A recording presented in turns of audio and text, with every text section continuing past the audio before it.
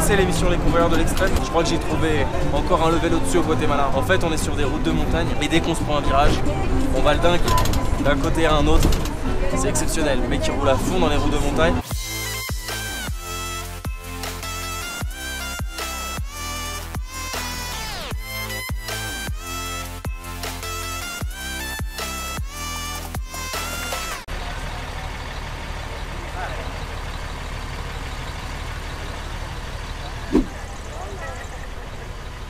Hola mamá. Hola mamá.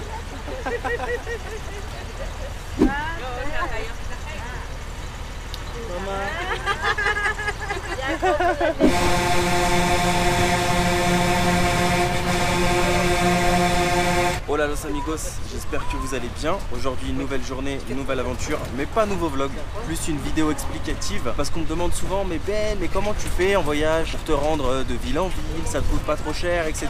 Donc j'ai déjà montré que je faisais pas mal de stops en voyage, sauf que là bon, c'est un peu plus compliqué parce que j'ai mes affaires, ma caméra, mon ordinateur, donc je fais quand même un petit peu plus attention maintenant. Mais je prends des bus locaux. Par exemple, aujourd'hui je quitte San Pedro et je prends un bus local, hein, vous voyez, je suis qu'avec des locaux. J'ai sympathisé avec tout le monde, ce sont devenus mes mères guatémaltèques là, tout le groupe. Et en gros, le trajet que je réalise aujourd'hui, c'est San Pedro jusqu'à Quetzaltenango, appelé Xela. Et le trajet va me coûter quasiment, allez, 40 quetzals, franchement pas plus, 50 quetzals max. Mais par exemple, si vous prenez des shuttles, vous savez, des minivans, les bus beaucoup plus touristiques où il n'y a pas de locaux concrètement, j'ai les prix devant moi et sans vous mytho, hein. Le bus qui fait Panajachel, Panajachel c'est la ville à côté, donc il faut prendre déjà un bateau pour aller à Panajachel, il faut traverser, c'est 25 quetzals et une fois arrivé à Panajachel, le bus coûte, voilà, regardez, je vous mens pas, le prix Panajachel, ici Quetzaltenango Xela, il est à 20 $ américains. 20 $ américains, ça fait 150 quetzals, c'est quasiment le triple. Donc souvent quand on me demande Ben mais comment tu fais en voyage, ça coûte pas trop cher, j'ai déjà donné des combines, dormir en auberge parce que ça coûte moins cher. Par exemple mon auberge à San Pedro, elle me coûtait que 40 quetzals, ce qui fait 4,60 €, c'est walou. Là le bus pareil, il va me coûter allez 4,60 €, 5 € grand max en tout. Et c'est comme ça qu'on se débrouille en voyage. Donc c'est plein de petites combines qui font que si on fait attention à son budget, on peut voyager plus longtemps et se faire plus plaisir sur des activités, sur des street food, etc. etc. Donc là c'est très très local. On a de la chance pour le moment, on n'est que 2 sur la rangée avec ma mère guatémaltèque, mais il y en a qui sont 3, voire 6, regardez. Il y a plus d'espace. Mais c'est ça le voyage, c'est l'aventure, c'est être avec les locaux.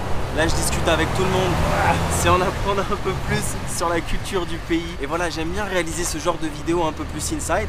J'espère que vous appréciez, j'espère que mes conseils vous seront utiles. Si c'est le cas, n'hésitez pas à me le dire en commentaire. Si vous avez d'autres questions pareil, n'hésitez pas à liker, partager autour de vous à vos amis qui ont envie de voyager. Mais surtout abonnez-vous à ma chaîne YouTube et abonnez-vous à mon compte Instagram pour suivre l'aventure en live comme si vous y étiez. C'est Ben & Co. J'ai aussi mes réseaux sociaux, hein, donc Facebook, Instagram, Twitter, c'est Ben & Co aussi. Hein. Donc voilà les amis, prenez soin de vous, n'oubliez pas de voyager. On se retrouve à Xela. En fait, pour la petite anecdote, je suis arrivé un peu trop tard comme d'habitude, j'ai loupé le bus de 11 h, ce qui fait que j'ai dû attendre jusqu'à 2 h de l'après-midi. Et ce bus n'est pas direct, je suis obligé de m'arrêter à un petit village pour prendre un autre bus qui va jusqu'à Xela. Donc voilà comment ça se passe, on se débrouille. Mais j'ai l'avantage de parler un peu espagnol, puis quand tu es ici dans le pays, quand tu es avec des locaux, tu pratiques beaucoup. Sauf que comme je vous ai expliqué ici, ils ne parlent pas que l'espagnol, ils parlent aussi des langues mayas comme le quiché, le quechua et bien d'autres langues, le tsutuhil, etc.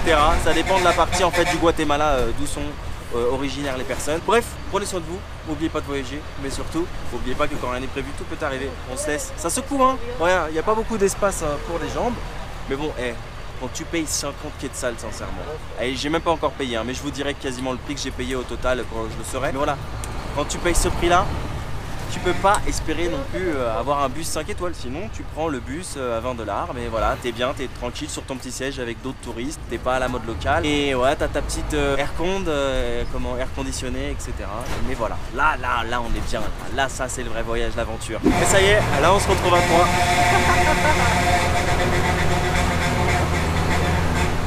Ça c'est l'aventure. J'adore ici, les gens sont tellement gentils, tellement authentiques. ¿Todo bien? Bien bonito. Sí, muy bonito aquí, ¿eh? El bus local.